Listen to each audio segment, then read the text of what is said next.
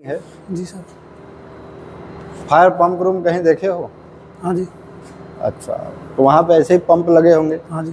किसी भी बिल्डिंग में जाओगे जो बेसमेंट के अंदर पंप हाउस होते हैं वो ऐसे ही पंप हाउस होते हैं। हाँ जी। तो पंप रूम में देखे होंगे जो फायर स्प्रिंकलर सिस्टम है और फायर हाइड्रेंट सिस्टम ये कंबाइंड होता है, मतलब उसका जो आउटलेट राइजर एक ही होता है। दिख रहा है? हाँ जी। ये जो आउटलेट राइजर है, अब जैसे ये पीछे देख रहे हो दीवार, वो फायर टैंक है। वो टैंक ग्राउंड फ्लोर तक ऊपर तक है, पूरा पानी भरा हुआ है। मतलब ये जो पंप है, पंप से ऊपर जो है पानी भरा हुआ है। अब चलो बताओ मुझे, चलो अब इधर खड़ा आ जाओ। ये कौन सी पंप है? Sprinkler jockey pump.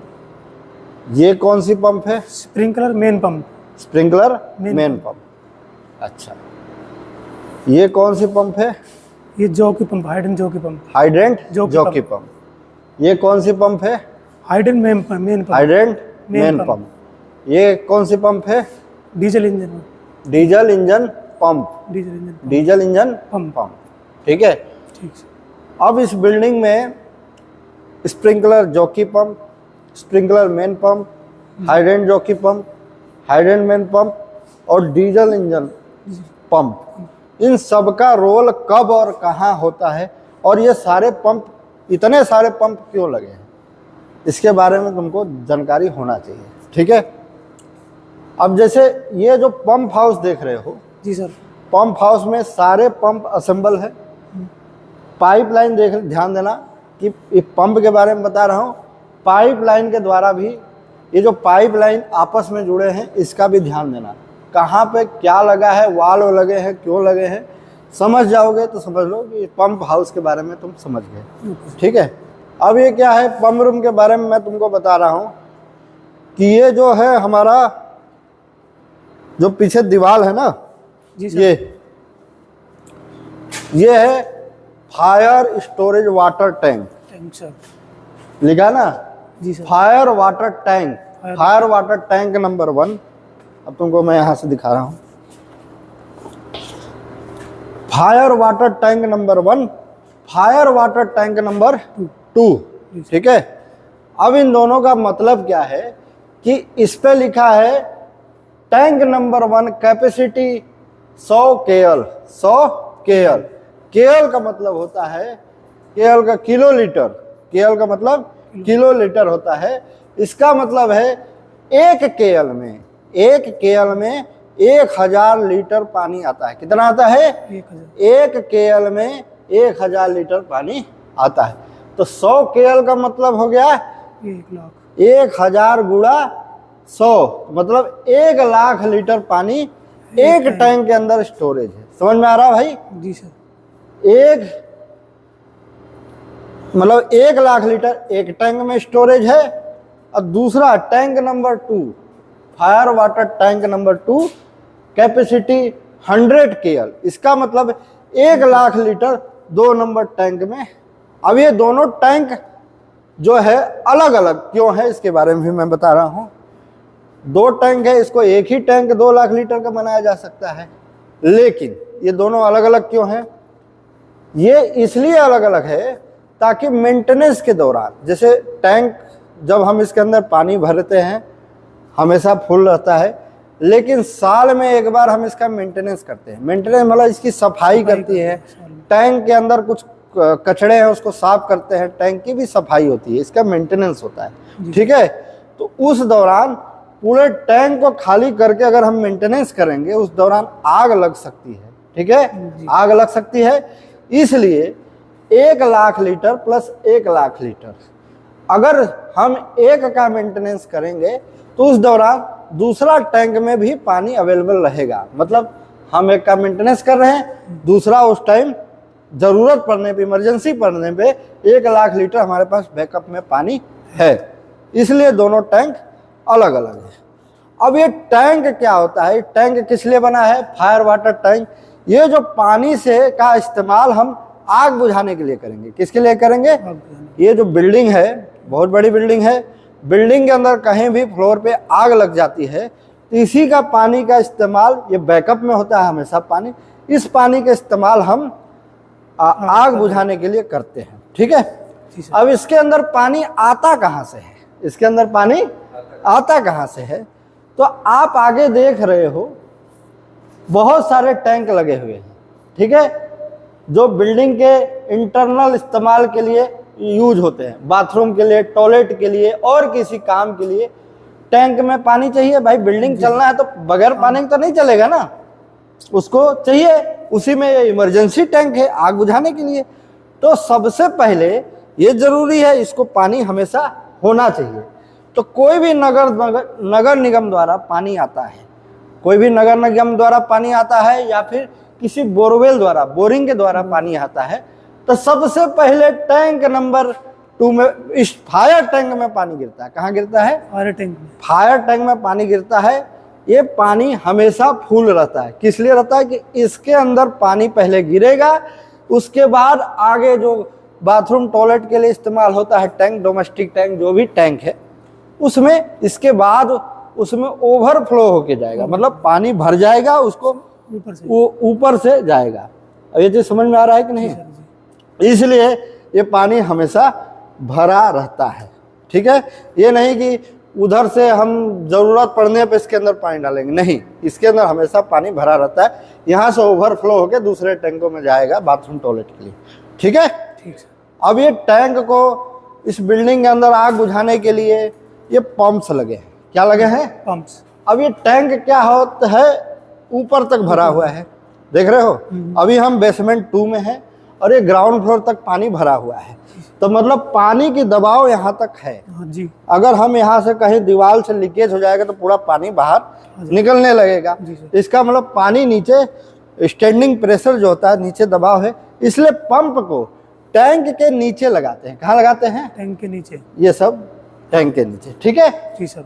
और मैं आपको बता दूं कि ये पंप के द्वारा इस पानी का इस्तेमाल करके आग को बुझाते हैं, जिसमें fire sprinkler system, automatic fire sprinkler system, जो आग लगने पर ऑटोमेटिक पानी का छिड़काव करके बुझाता है, जो बिल्डिंग के अंदर इंस्टॉल होता है फायर स्प्रिंकलर सिस्टम, और फायर हाइड्रेंट सिस्टम। जैसे ही आग लगती है तो पाइप के द्वारा आग बुझाते हैं, पाइप लगा के मैनुअल आग बुझाते हैं, उसको फायर हाइड्रेंट सिस्टम बोलते हैं। ठीक है, ठीक सर। अब उसका इस्तेमाल कैसे करते हैं, आ जाओ पंप के बारे में बता रहे हैं। चलो बिल्कुल पीछे जाओ, एकदम पीछे। ये हमारे फायर पंप, टैंक के बारे में जान गए? जी सर। ये हमारे फायर पंप लगे हैं, 1 2 3 4 5। स्प्रिंकलर जॉकी पंप, जी सर।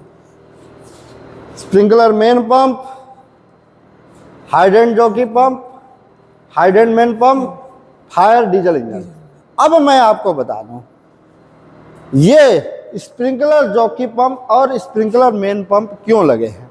ठीक है, जब कभी बिल्डिंग के अंदर आग लग जाती है, ऑटोमेटिक फायर स्प्रिंकलर टूट जाता है और आग बुझाने, मतलब पानी का छिड़काव होने लगता है। किसी भी फ्लोर पे फायर स्प्रिंकलर आपने देखा होगा, उसमें से पानी निकलता है और ऑटोमेटिक उस एरिया की आग को बुझाने लगता है।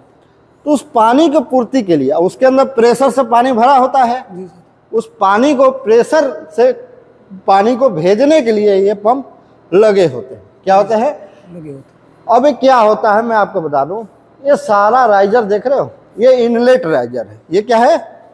इनलेट पाइप, इसको बोलते हैं सक्शन हेडर। सक्शन हेडर क्या बोलते हैं? Suction header. Suction header. ठीक है, ये है डिलीवरी हेडर, उसके ऊपर वाला है डिलीवरी हेडर। मोटा वाला पाइप दिख रहा है, डिलीवरी हेडर है, ये सक्शन हेडर है। अब सक्शन हेडर में चूंकि टैंक ज़्यादा ऊंचाई पे है, ये पानी हमेशा इसके अंदर भरा रहता है नॉर्मल स्टैंडिंग प्रेशर को। अब इस पानी क्या होगा, इस पंप में जाएगा, ऑटोमेटिक ये पंप चलेगा, इस पानी को उठा के डिलीवरी हॉज, डिलीवरी जो आपका हेडर है उसमें स्पीड से भेजेगा। इसका प्रेशर ज़्यादा होता है। अब ये मैं आपको कुछ चीज़ें बता रहा हूँ, ध्यान देना, बहुत सारे सिस्टम है इसमें। ये जो सक्शन हेडर है, ठीक है, और ये पंप है, आउटलेट हेडर है। ये नहीं कि जब आग लगती है, अब देख रहे हो यहाँ पे प्रेशर गेज है, ये क्या है? प्रेशर। प्रेशर गेज है। इसमें दिखा रहा है 9 kg। कितना प्रेशर दिखा रहा है? इसमें दिखा रहा है 9 kg पर सेंटीमीटर स्क्वायर। ठीक है, ठीक। तो ये प्रेशर यहाँ 9 kg है और नीचे 1 kg होगा इधर। इसमें प्रेशर नहीं है, ज़्यादा 1 kg से ज़्यादा नहीं होगा, क्योंकि टैंक का ऊंचाई स्टैंडिंग जो पानी होगा 0.5 kg या 1 kg, उससे ज़्यादा प्रेशर इसके अंदर नहीं है। लेकिन यहाँ पे प्रेशर कितना है? 9 kg। कैसे है? ये पंप क्या होता है कि हमने इस पे सेट कर रखे पंप को ऑटोमेटिक। ये जॉकी पंप है, स्प्रिंकलर जॉकी पंप। हमने इसको क्या सेट कर रखे हैं कि ऑटोमेटिक स्टार्ट होगा 8 kg पे। मतलब प्रेशर अभी कितना है? 9 kg। जैसे ही प्रेशर कम होगा 8 kg पाएगा, ये पंप अपने आप चल जाएगा। ठीक है जी सर। कितने kg पे? 8 kg पर सेंटीमीटर स्क्वायर पे चल जाएगा। उसके बाद ऑटोमेटिक 9.5 kg जैसे ही प्रेशर होगा, ये जॉकी पंप ऑटोमेटिक बंद हो जाएगा। समझ में आ गया? जी सर। 8 kg पे चल जाएगा और जैसे ही प्रेशर बढ़ेगा 9 kg। अब ये पंप तो चलेगा, प्रेशर आगे बढ़ा देगा। ठीक है, यहाँ पे लगा है नॉन रिटर्नेबल वाल्व। क्या करेगा? ये ध्यान दो, ये क्या है? Non returnable valve, NRV, non returnable valve. चलने के दौरान पंप प्रेशर जैसे ही आगे भेजेगा, प्रेशर जाएगा, लेकिन अगर ये नहीं रहेगा तो पानी वापस चला आएगा। क्या होगा? वापस आ जाएगा, पानी वापस आ जाएगा भाई। इसलिए नॉन रिटर्नेबल वाल्व उस पानी को रोक देता है। इसका काम है, पानी ऊपर जा सकता है लेकिन पानी वापस आ नहीं सकता, नहीं आ सकता है। तो पंप जैसे ही चला, पानी तो ऊपर गया इस प्रेशर में, लेकिन वापस नहीं आया। तो इसका नाम है नॉन रिटर्नेबल वाल्व। ठीक है, ये ऑटोमेटिक खुल जाता है चलते टाइम, और जैसे ही पंप बंद होता है, पानी का इसके ऊपर दबाव आता है, ऑटोमेटिक बंद हो जाता है। नॉन रिटर्नेबल वाल्व, पानी जाएगा लेकिन रिटर्न नहीं आएगा। अब इसके आगे ये एक वाल्व लगा है। क्या है? वाल्व है, ये वाल्व है और ये वाल्व है। ये क्या है? 2 वाल्व है। इसको वाल्व है, बटरफ्लाई वाल्व है। क्या है? बटरफ्लाई। इसको इसलिए लगा है ताकि इसमें कोई खराबी आ गया, कोई दिक्कत आ गया, हमें इसको खोल के रिपेयर करना है, उस दौरान इस वाल्व को बंद करके हम इसमें कुछ काम कर सके। समझ में आ गया? जी सर। इसका रोल दोनों वाल्व का जब ही है जब हमें इसमें कोई काम करना है, कोई लीकेज ठीक करनी है, कोई मेंटेनेंस का काम करना है। समझ में आ रहा है भाई? जी सर। उस दौरान इन दोनों को वाल्व को बंद करके हम काम करेंगे। समझ में आ गया? जी सर। नहीं तो हमेशा ये वाल्व खुला रहेगा। ठीक है जी सर। अब मैं आपको बता दूं ये ऑटोमेटिक चलता कैसे है। जी सर। ये पंप ऑटोमेटिक चलता कैसे है भाई? तो ये देख रहे हो आप, नजदीक आ जाओ, इधर आओ। ये है प्रेशर स्विच। क्या है? Pressure switch. ये प्रेशर स्विच है। स्प्रिंकलर जॉकी पंप इस पे लिखा है, ये दूसरे पंप का है, तो मैं प्रेशर स्विच के बारे में बता रहा हूँ। ये प्रेशर स्विच क्या होता है कि जो लाइन है, लाइन के देख रहे हो, आउटलेट डिलीवरी हेडर है। ये डिलीवरी हेडर से प्रेशर स्विच जुड़ा हुआ है। इसके अंदर जो प्रेशर यहाँ पे दिख रहा है 9 kg, वो इस प्रेशर स्विच को मालूम है, इस प्रेशर स्विच को मालूम है कि हमारे अंदर 9 kg है। समझ में आ गया? जी सर। जैसे ही प्रेशर डाउन होगा, जैसे ही प्रेशर डाउन होगा, कितने? 8 kg पे, तो प्रेशर स्विच को मालूम चल जाएगा कि 8 kg प्रेशर हो गया। ठीक है, ये स्विच क्या करेगा? ऑन कर देगा पंप को। इस स्विच का काम क्या है कि प्रेशर यहाँ पे सेट किया जाता है कि 8 kg पे तुमको ऑन हो जाना है। ठीक है, जी सर। ये स्विच ऑन ऑफ का काम करता है ऑटोमेटिक के लिए। ठीक है, तो ऑटोमेटिक ये पंप को ऑन करे, ये क्या करेगा? सिग्नल, जैसे प्रेशर कम हो गया 8 kg पे, ये एक्टिव हो जाएगा। ठीक है, ये सिग्नल भेजेगा। इसको बोलते हैं फायर फाइटिंग पैनल। क्या बोलते हैं? फायर फाइटिंग पैनल है, इलेक्ट्रिकल पैनल है। जी सर। इधर से सप्लाई उस पंप को जाता है। ये क्या करेगा? सप्लाई।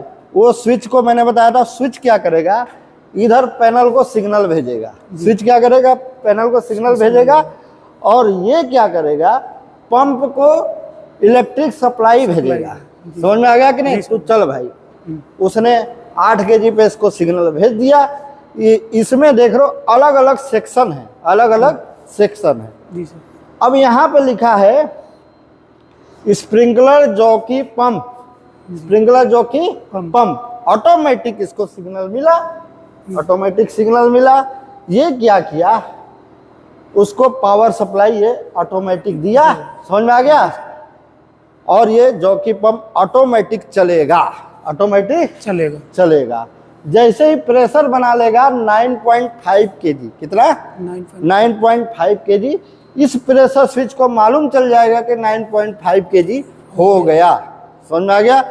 ये प्रेशर स्विच फिर उस जो इलेक्ट्रिकल जो फायर फाइटिंग पैनल है, उसको सिग्नल भेजेगा कि प्रेशर पूरा हो गया। ठीक है, वो क्या करेगा, वो इसकी पावर सप्लाई को काट देगा ऑटोमेटिक। ठीक है, जी सर। पंप बंद हो जाएगा। पंप क्या होगा, बंद हो जाएगा। ठीक है, जैसे ही पंप बंद हो जाएगा पानी रिटर्न नहीं आएगा, नॉन रिटर्नेबल वाल्व। ठीक है, ऐसे ही हम सिर्फ एक पंप के बारे में बताए थे, ऐसे ही सारे पंप काम करता है, ऐसे ही सारे पंप काम करता है। समझ में आ गया? जी सर। अब मैं आगे बढ़ता हूँ। ये स्प्रिंकलर जॉकी पंप था, ये स्प्रिंकलर मेन पंप है। अब मान लीजिए स्प्रिंकलर में छोटा मोटा लीकेज है। जी सर। इस जॉकी पंप का काम है 180 लीटर, यहाँ पे लिखा है 180 लीटर पर मिनट पानी देगा। 180 लीटर पर मिनट पानी देगा। समझ में आ रहा है? इधर आ जाओ। 180 लीटर पर मिनट पानी देगा। अगर मान लो स्प्रिंकलर एक टूटा है, 180 लीटर में उसका काम हो जा रहा है, तो सिर्फ यही चलेगा, क्योंकि ये प्रेशर को मेंटेन कर देगा। समझ में आ गया? छोटा मोटा लीकेज होगा उसमें इसकी कैपेसिटी 180 लीटर की है भाई। जहां रिक्वायरमेंट 180 लीटर की है, उससे कम है 180 लीटर से, वहां ये चल के उसको मेंटेन कर देगा। ठीक है, लेकिन मान लीजिए कई स्प्रिंकलर टूट गया, पानी की जरूरत ज्यादा हो गई। समझ में आ गया? उस दौरान स्प्रिंकलर मेन पंप चलेगा। कौन चलेगा? Sprinkler main pump. अब इसको कैसे पता चलेगा? इसको इसलिए पता चलेगा कि ये प्रेशर स्विच बताएगा। कौन बताएगा? प्रेशर स्विच, जो कि पंप ने खूब जोर लगा के चला, 180 लीटर पानी दिया, लेकिन पानी की जरूरत ज्यादा है। ये भाई साहब को 8 kg प्रेशर मिला, लेकिन ये पंप चल रहा है, लेकिन प्रेशर और कम हो रहा है, 8 से 7 kg आ गया, क्योंकि प्रेशर डाउन हो रहा है। समझ में आ गया कि नहीं? जी सर। अब फिर भी ये चल रहा है अपना, भाई जितना योगदान है उतना दे रहा है, लेकिन प्रेशर डाउन होते जा रहा है क्योंकि पानी की जरूरत ज्यादा है।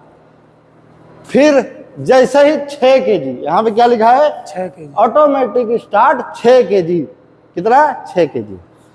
अब भाई प्रेशर इतना डाउन हो गया कि 6 kg पे आ गया। कितना? 6 kg। अब दूसरा वाला स्विच को पता चल जाएगा, ये स्प्रिंकलर जॉकी वाले स्विच को पता चला। उसके बाद स्प्रिंकलर मेन पंप वाले, जो स्प्रिंकलर मेन पंप का जो स्विच है, जी सर, ठीक है, प्रेशर स्विच, इसको पता चल गया और ये तो प्रेशर डाउन हो गया, 6 kg पे आ गया। ठीक है, अब ये क्या करेगा? इसको भेजेगा सिग्नल स्प्रिंकलर मेन पंप को। लिखा ना मेन स्प्रिंकलर पंप, समझ में आ गया? अब इसको पैनल क्या करेगा? जैसे इसको सिग्नल मिलेगा, इस पंप को चला देगा। किसको चला देगा? Sprinkler main pump. अब ये क्या होगा कि ये देगा 2850 लीटर पर मिनट का पानी। कितना? 2850। ये कितना दे रहा था? 180 लीटर। थोड़ा पानी, लेकिन जहां ज्यादा जरूरत है ये चल जाएगा। अब देगा इतना ज्यादा पानी देगा, ठीक है, 2850 लीटर पर मिनट के हिसाब से, कि प्रेशर एकदम तेजी से बढ़ेगा ठीक है। हालांकि यहाँ पे लिखा है ऑटोमेटिक स्टॉप 9.5 kg। क्या लिखा है? क्योंकि इसके अंदर फैसिलिटी है कि 9.5 kg पे ऑटोमेटिक ये बंद हो जाएगा। जी सर। लेकिन कई जगह और अब नए जो बिल्डिंग बन रहे हैं, ठीक है, जी सर। ऑटोमेटिक बंद होने का कोई प्रोविजन नहीं होता है। समझ में आ गया कि नहीं? एक बार ऑटोमेटिक चल गया तो चलता रहेगा, क्योंकि भाई ये तभी चलता है, इसका मतलब पानी की रिक्वायरमेंट ज्यादा है। जी सर। तो जो फायर फाइटर होता है उसको पता चल जाता है कि भाई पानी कहीं रिक्वायरमेंट ज्यादा है, तो ये ऑटोमेटिक तो चल जाता है, लेकिन ये चलता रहेगा, लेकिन ऑटोमेटिक बंद नहीं होगा जब तक आप आके पैनल द्वारा, फायर फाइटिंग पैनल द्वारा बंद नहीं करोगे इसको। समझ में आ गया? जी सर। तो ये चीज समझ में आ गया। जॉकी पंप कैसे चला, ज्यादा पानी की जरूरत पड़ा तो स्प्रिंकलर मेन पंप चल गया। समझ में आ गया भाई? जी सर। अच्छा, एक चीज और मैं बता दूं। अब यहां पे देखो, मैं आपको एक सरप्राइज बता रहा हूं। Sprinkler jockey pump, sprinkler main pump, अभी मैंने बताया कि ये चलने के बाद कौन सा चलेगा? Main pump. Main sprinkler pump अगर बीच में, लेकिन ऐसी भी बात नहीं है, उससे पहले एक पंप और चलेगा। अब ये देख रहे हो, जैसे नॉन रिटर्नेबल वाल्व बताया था मैंने आपको, जी सर। ये डिस्चार्ज हेडर है। कौन सा है? Discharge header. अब इधर देख रहे हो आगे और भी पंप लगे हैं। ये कौन सी पंप लगे हैं? आगे लगे हैं ना, हेडर पंप। बीच में लगा है दो वाल्व, एक लगा है मेंटेनेंस वाल्व। ठीक है, जरूरत पड़ने पे इसको बंद करके हम मेंटेनेंस का काम करते हैं, डिवाइडिंग। ठीक है, एक लगा है नॉन रिटर्नेबल वाल्व। क्या लगा है? Non returnable valve. हाँ, जैसे मैंने बताया था ना, सभी पंपों में नॉन रिटर्नेबल वाल्व लगे होते हैं। जी सर। लगे होते हैं, वैसे यहाँ भी। अब यहाँ नॉन रिटर्नेबल वाल्व की क्या जरूरत है? तो इस नॉन रिटर्नेबल वाल्व के इस साइड जो है हाइड्रेंट सिस्टम का पार्ट है। किसका है? Hydrant system. हाइड्रेंट सिस्टम का पार्ट है, फायर हाइड्रेंट सिस्टम।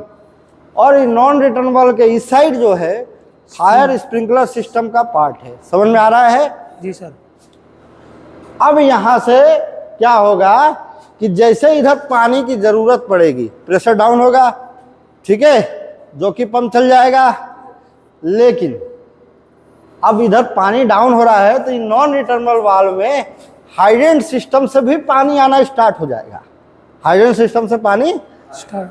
अब नॉन रिटर्नेबल वाल्व की कहानी मैं बता रहा हूं कि स्प्रिंकलर सिस्टम से पानी जो है हाइड्रेंट सिस्टम में नहीं जा सकता। ये चीज ध्यान रखना है। स्प्रिंकलर सिस्टम का पानी जो है हाइड्रेंट सिस्टम में नहीं जा सकता, लेकिन हाइड्रेंट सिस्टम का पानी स्प्रिंकलर सिस्टम में आ सकता है। इसलिए नॉन रिटर्नेबल वाल्व मैंने बताया था, पानी जा सकता है लेकिन आ नहीं सकता। तो हाइड्रेंट सिस्टम का पानी स्प्रिंकलर सिस्टम में जा सकता है, लेकिन स्प्रिंकलर सिस्टम का पानी हाइड्रेंट सिस्टम में नहीं जा सकता है। ये चीज समझ में आ गई आपको? जी सर।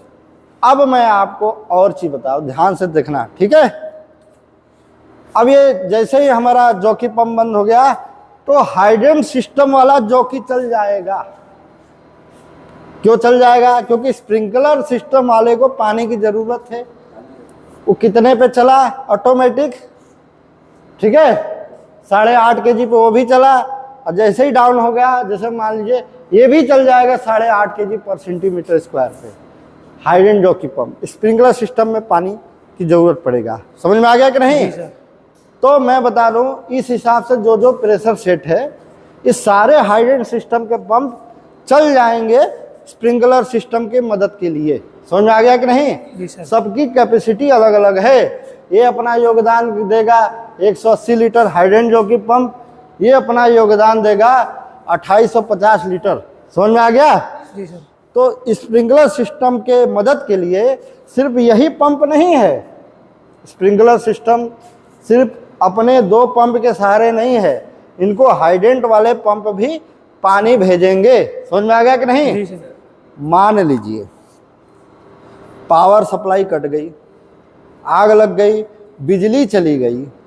हालांकि ये जो फायर फाइटिंग पंप लगा है, डीजल जनरेटर जो होता है बिल्डिंग के लिए, उसका डायरेक्ट सप्लाई आया होता है कि बिल्डिंग के बिजली चली जाए तब भी, बिल्डिंग की बिजली चली जाए तब भी इसको पावर सप्लाई देने के लिए प्रोविजन होता है। फिर भी मान लो उसी बिजली घर में आग लग गई, या फिर कोई दिक्कत के कारण बिजली चली गई, समझ में आ गया, बिजली चली गई, सब कुछ होने के बावजूद भी, तब ये चलता है फायर डीजल इंजन पंप। कौन सा?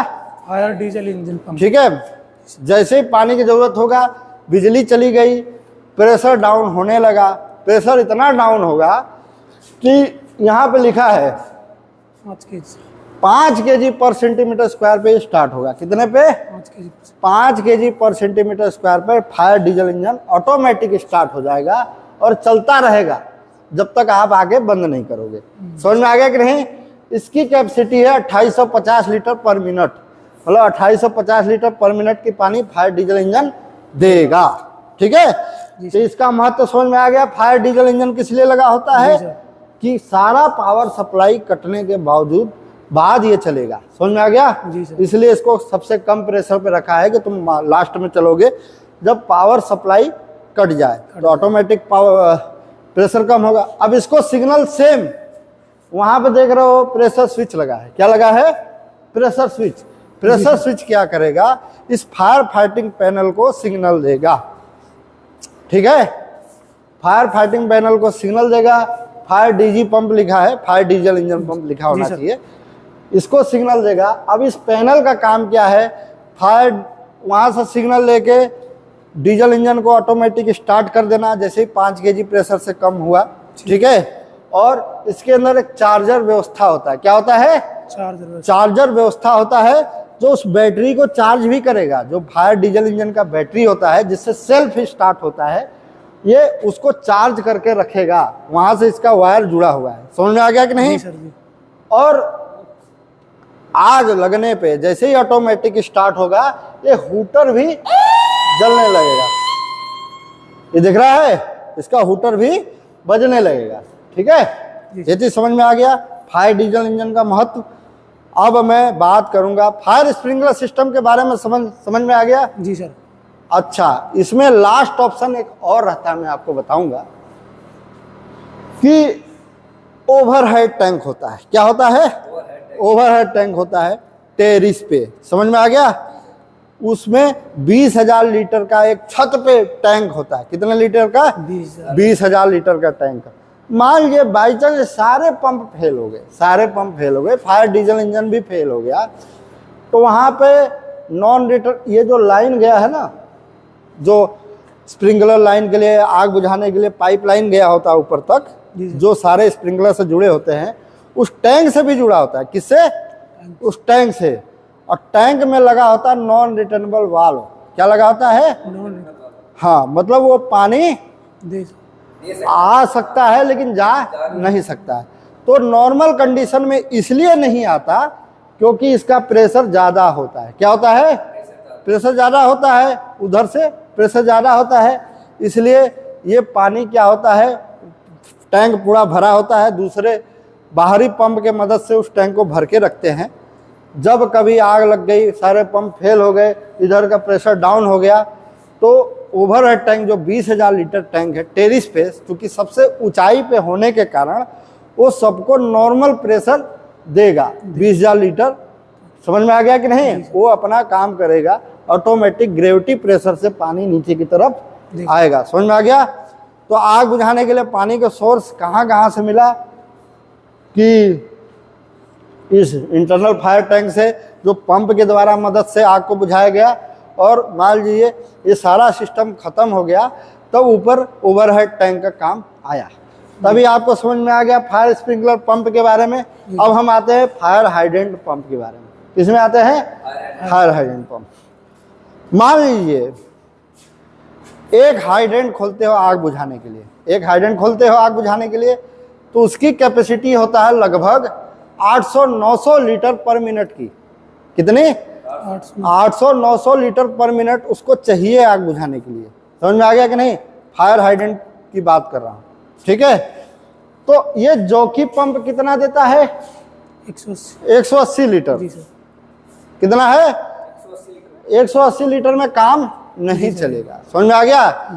ये सिर्फ जॉकी पंप इसलिए होता है कि कहीं से हल्का फुल्का लीकेज हुआ, छोटा मोटा, आप हाइड्रेंट को खोल के पानी को टेस्ट कर रहे हो, ठीक है, कहीं कोई पानी की जो जैसे फायर हॉजरील खोल दिए, हाइडेंट से जुड़ा होता है फायर हॉजरील, उसका इस्तेमाल कीजिए तो उसमें कम पानी की ज़रूरत होता है।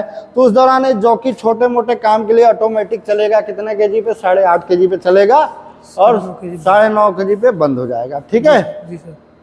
हाइडेंट लाइन में कोई भी काम करते हो तो स्प्रिंकलर सिस्टम से कोई मतलब नहीं, क्योंकि नॉन रिटर्नेबल वाल्व लगा, उधर का पानी इधर नहीं आएगा, मतलब इधर का प्रेशर डाउन होगा तो उधर का प्रेशर डाउन नहीं होगा। समझ में आ गया? उधर का प्रेशर का डाउन होगा तो इधर का भी होगा, इसलिए इधर जब कोई सिस्टम चलता तो उससे कोई मतलब नहीं है स्प्रिंकलर से। ठीक है। तो ये रहा है हाइडेंट जॉकी पंप, छोटे मोटे लीकेज के लिए ऑटोमेटिक चलेगा और ऑटोमेटिक 9.5 केजी पे बंद हो जाएगा। समझ में आ गया? सेम कहानी, वो pressure switch fire fighting panel को कमांड देगा और वहीं से ये ऑन होगा और ऑफ होगा। समझ में आ गया?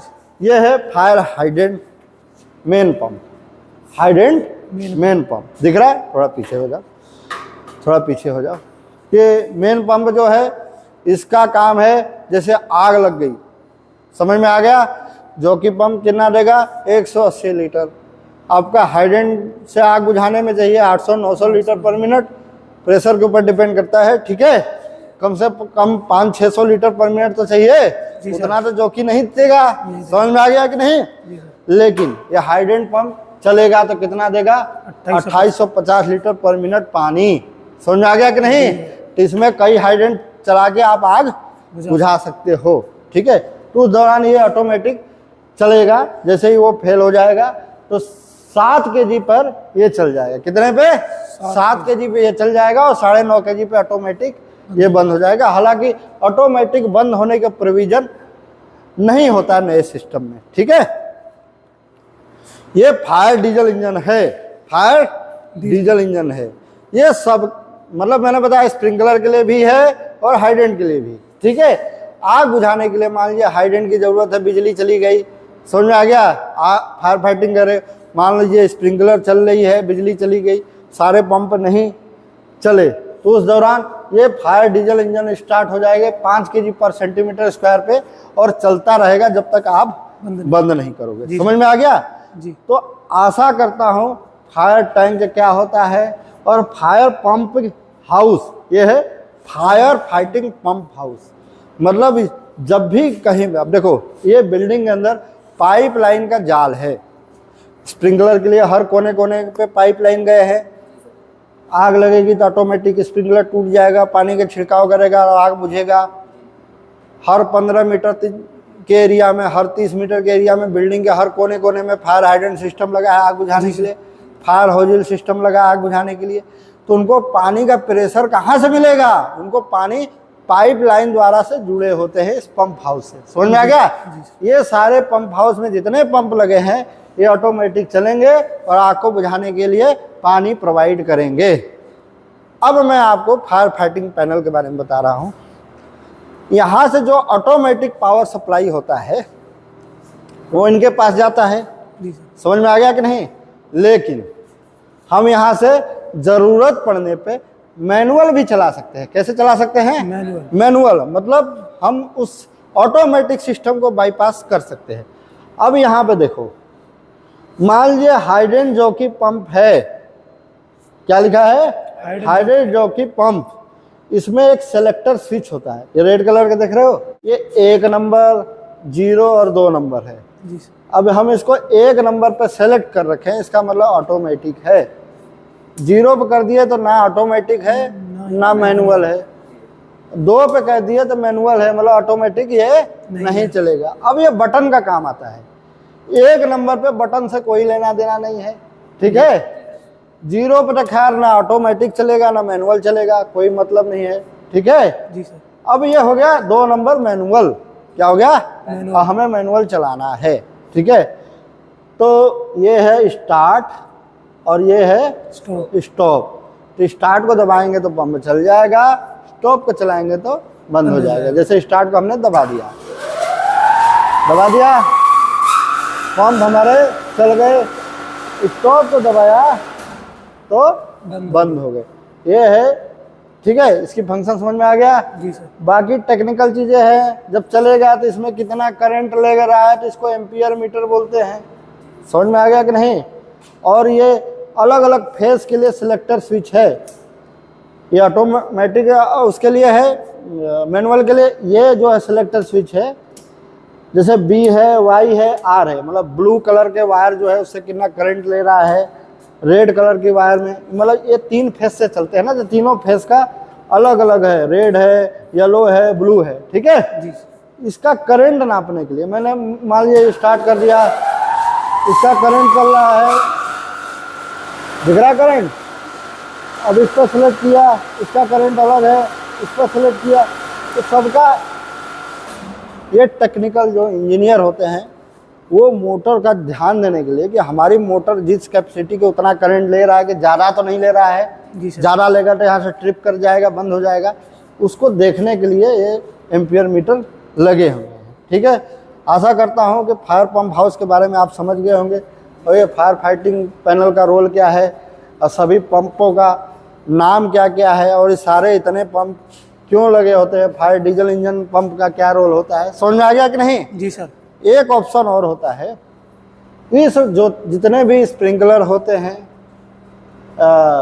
हाइडेंट सिस्टम होते हैं, ठीक है, फायर टैंक के पास जहां अंडरग्राउंड फायर टैंक लगे होते हैं उसके बाद फायर ब्रिगेड इनलेट सिस्टम लगे होते हैं।